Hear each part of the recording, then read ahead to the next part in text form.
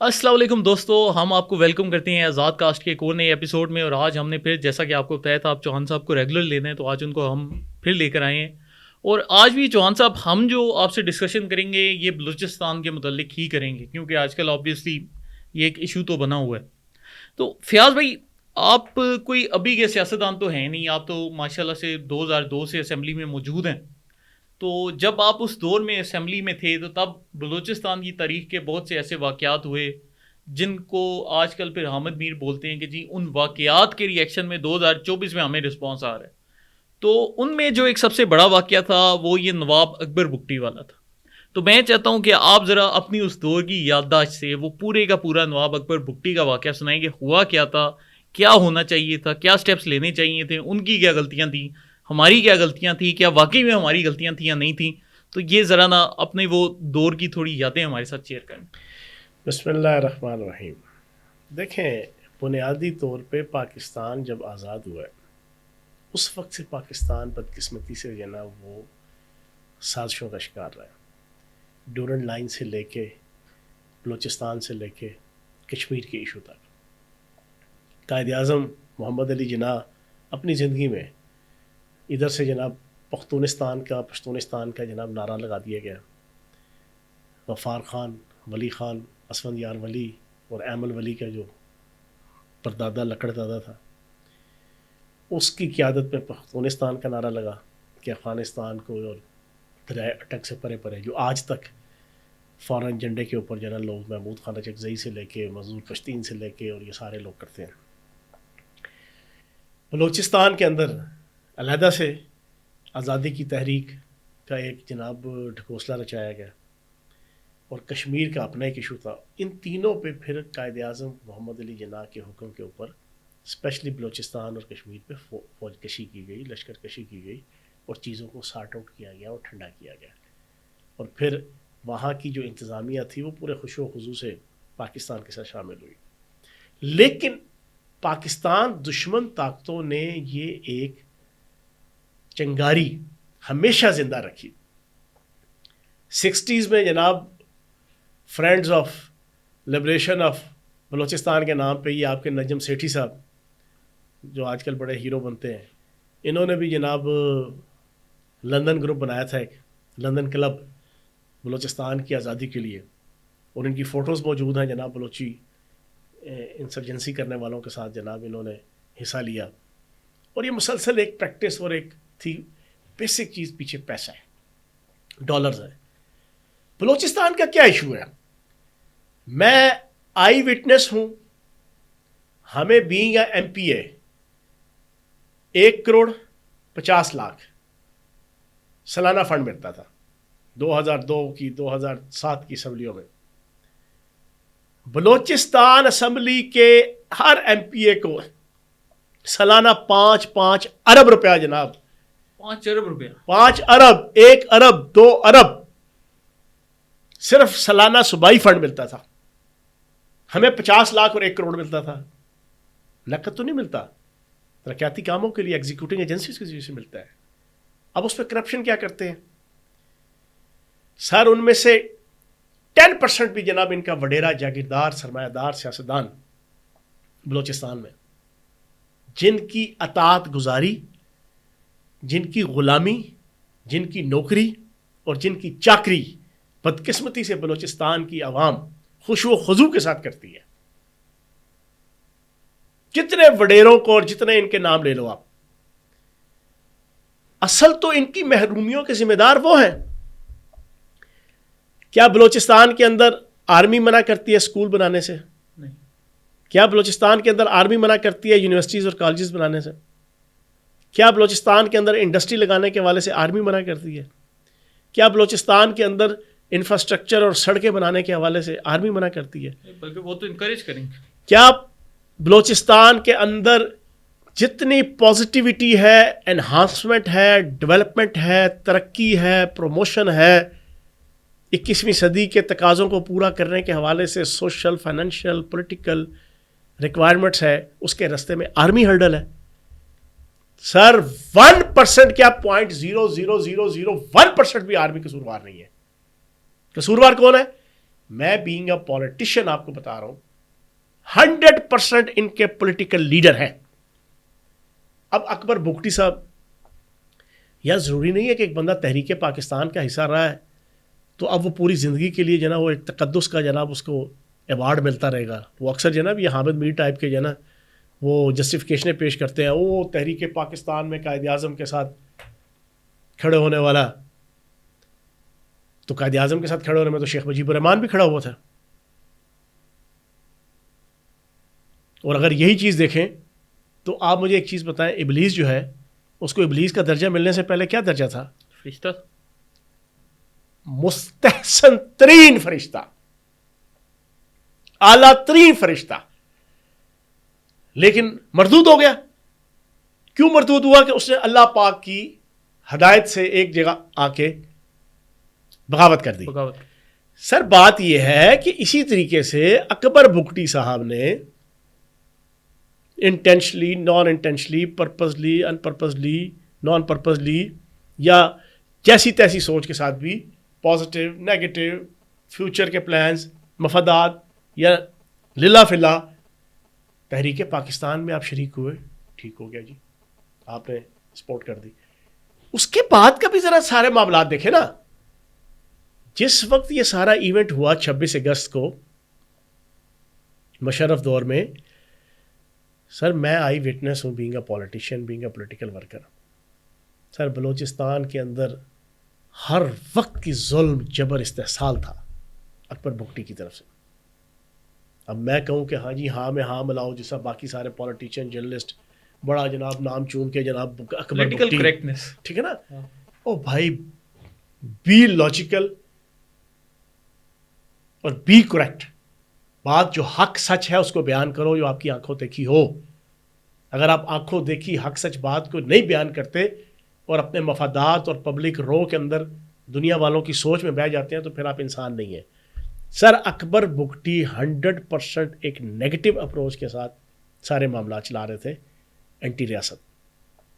اپنے مخالفین کی زندگیاں آپ اس بگٹی، اکبر بگٹی کا کہتے ہیں نا، اکبر بگٹی کے جناب جو بگٹی قبیلے کے اندر جو ان کا اینٹی گروہ ہے نا، ذرا آپ ان سے جا کے پوچھیں. پچھلے 25 30 40 50 سال سے ان کو ان کے علاقے، ان کے آبائی گھروں سے جہاں پہ ان کے 2 2 4 4 6 600 سال سے ان کے آباء و اجداد رہتے تھے، وہاں سے نکال کے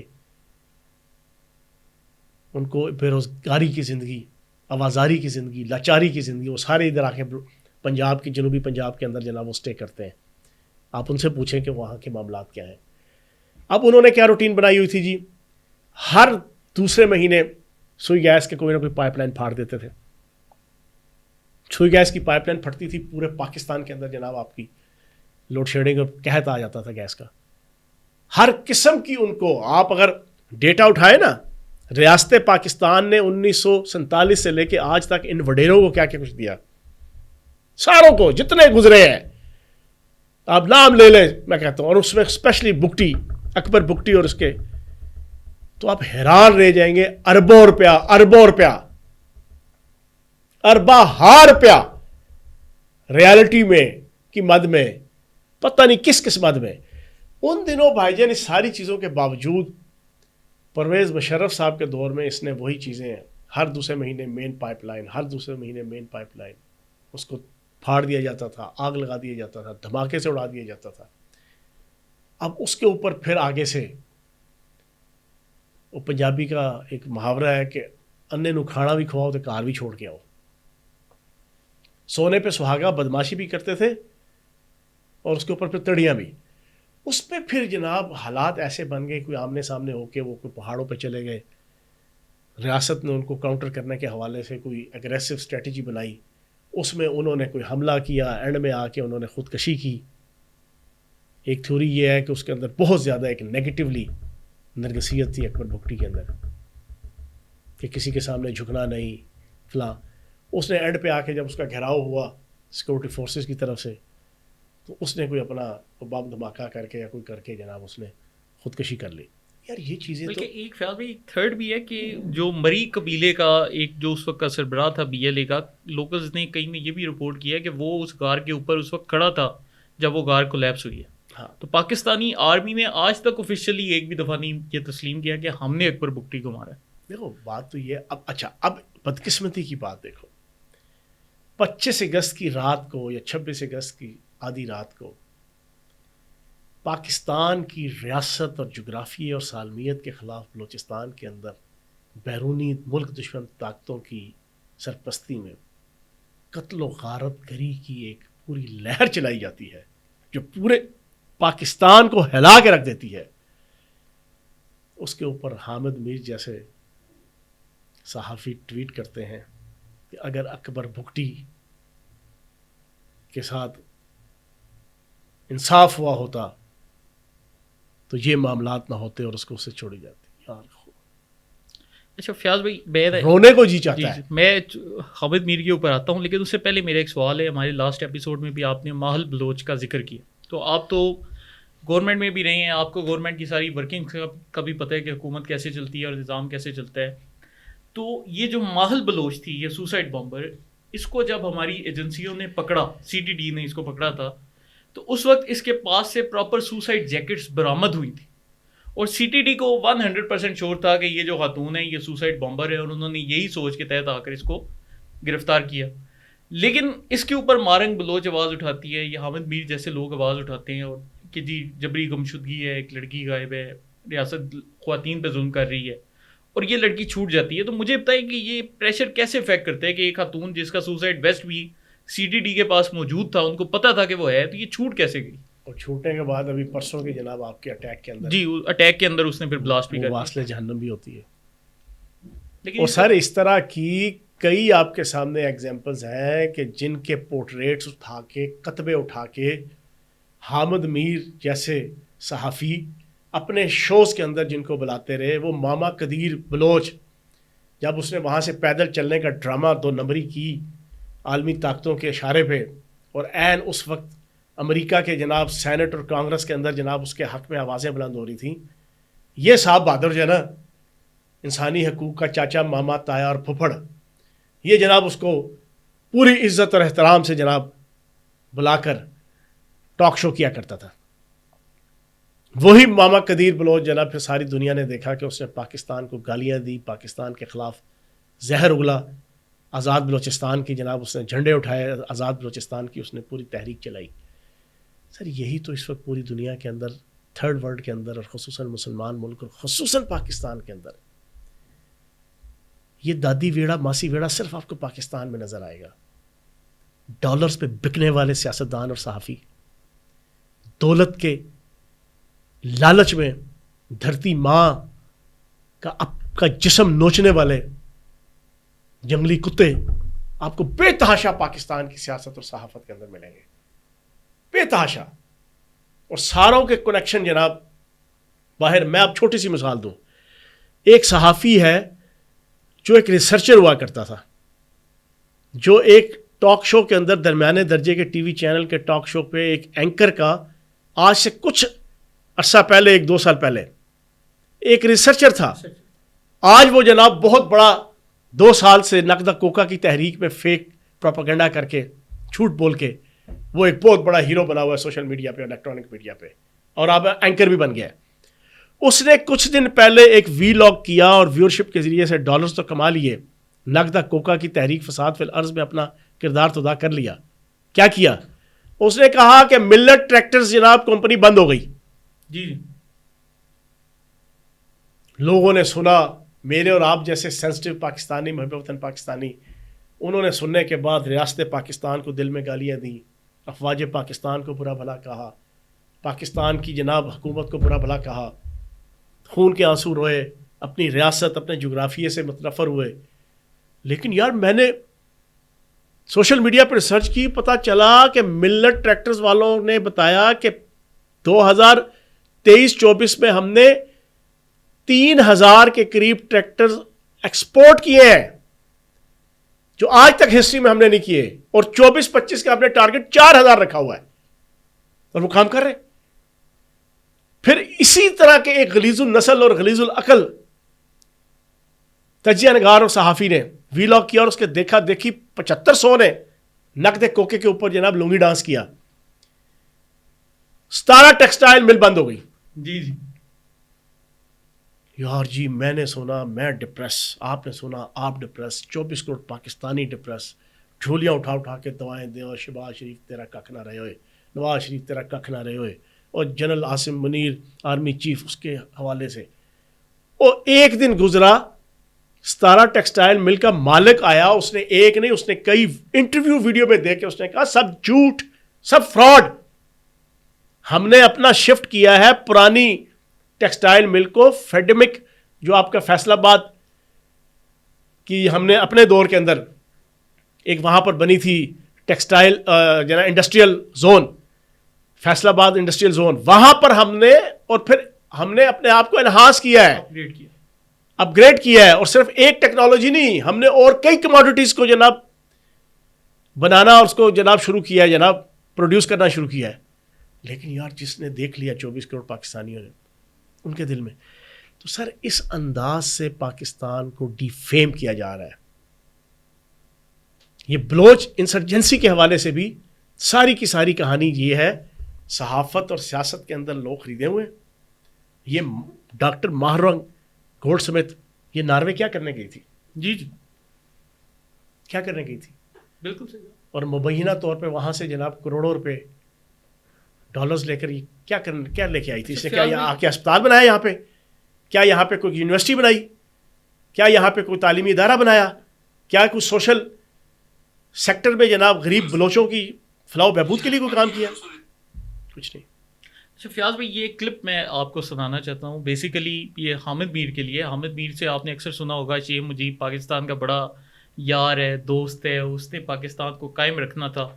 تو ایک اگرتلا سازش ہوئی تھی. اگرتلا سازش میں یہ تھا کہ شیخ مجیب نے اپنے 3 مرکزی لوگوں کو بھارت بھیجا 1965 کی جنگ کے دوران کہ آپ لوگ انڈیا جاؤ. وہ انڈیا میں اگرتلا کے شہر گئے, وہاں پر جا کر انڈین ایجنسی سے انہوں نے ملاقاتیں کی, اور ان ملاقاتوں میں انہوں نے ان کو بتایا کہ بالکل جس طرح 9 مئی کا واقعہ ادھر ہوا ہے, اسی طریقے سے 1965 میں جب انڈیا پاکستان سے جنگ لڑے گا, ہم وہاں پر بنگلہ دیش میں جو ملٹری کینٹس ہیں ادھر حملے کریں گے. اور انڈین ایجنسی سے انہوں نے سپورٹ کی ریکویسٹ کی. ہماری ایجنسیز کو پتہ چل گیا, شیخ مجیب کو انہوں نے اریسٹ کر لیا 2 سال بعد. جس طرح ہمارا ایک پروسیس ہے کہ ہم لیٹ اریسٹ کرتے ہیں بندے کو, 2 سال بعد اریسٹ کیا, 1 سال اس کا کیس چلا, اور کیس کے بعد وہ چھوٹ گیا. ہمیں حامد میر صاحب جیسے لوگ بار بار بتاتے رہے کہ جی اگرتلا سازش میں شیخ مجیب پر ریاست نے غلط فیصلے بنائے. آپ نے بھی سنا ہوگا. شیخ مجیب کے جو 3 بندے بھیجے تھے ان میں سے ایک بندہ آگے چل کے بنگلہ دیش کا ڈپٹی جو اسپیکر تھا نیشنل اسمبلی کا وہ بنا. اس کا نام ہے کیپٹن شوکت علی. میں اس کا ایک چھوٹا سا کلپ آپ کو سنانا چاہتا ہوں, اور ہماری آڈینس کو بھی, تاکہ ان کو بھی پتہ چلے کہ یہ کیا چل رہا ہے.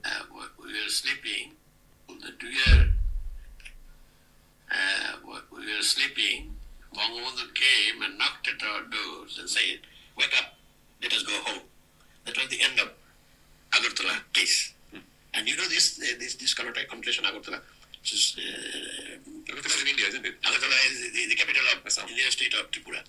Yes, and they Pakistanis intentionally use this word to prove to the people that we are agents of India and we have connections with Agartala. Anyhow. اچھا, اب تک یہ بندہ بتا رہے ہماری جس آڈینس کو انگریزی کی سمجھ نہیں کہ جی پاکستانیوں نے اگرتلا کا لفظ استعمال کر کے ہمیں انڈین ثابت کرنے کی کوشش کی. اب آگے سنتے جائیں.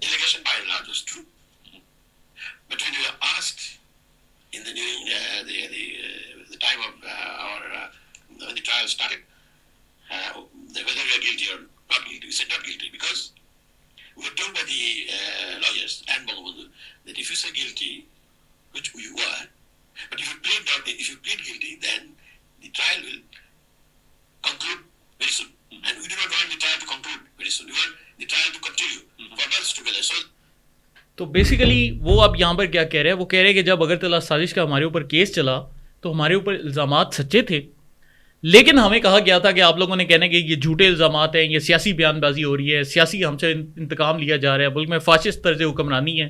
تو آپ لوگوں نے کہنا کہ آپ لوگ گلٹی نہیں ہو, کیونکہ یہ کیس جتنا لمبا چلے گا اتنی زیادہ ہماری پولیٹیکل سپورٹ بڑھے گی, اتنا زیادہ جو ہے. اور تو یہ شیخ مجیب کا مرکزی ساتھی تھا, قیدی نمبر 35, جو کہ شیخ مجیب کے بالکل ساتھ والے بیرک میں قید تھا. اور یہ اب 2010 میں جا کر اس نے انکشاف کیا, جو کہ ہم نے اپنے میڈیا پر نہیں دیکھا. اور حامد میر آج بھی ہمیں طریقے سے بتاتا ہے کہ جی اگرتلا ایک سازش.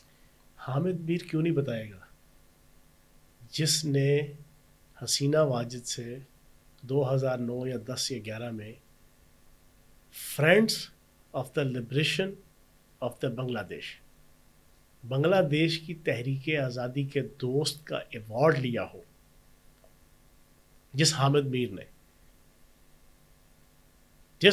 میر نے اپنے باپ کو بھی اس کا ایوارڈ بھی جا کے لیا ہو وہاں سے، وہ آپ کو شیخ مجیب یا شیخ حسینہ واجد کے حوالے سے کوئی حقائق بتائے گا؟ حقیقت آپ سن لیں.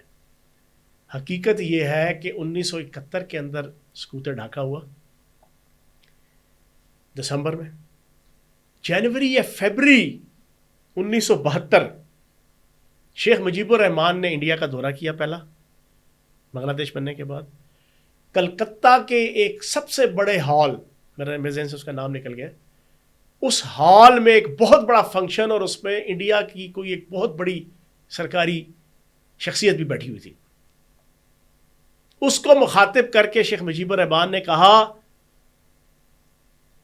کہ ایک بات یاد رکھیں، میں نے 1958 کے اندر فیصلہ کیا تھا کہ میں نے مشرقی پاکستان کو علیحدہ ملک بنانا ہے، آپ گواہ رہو کہ میں نے اپنا وہ حق ادا کر دیا، میں نے وہ اپنا فرض ادا کر دیا.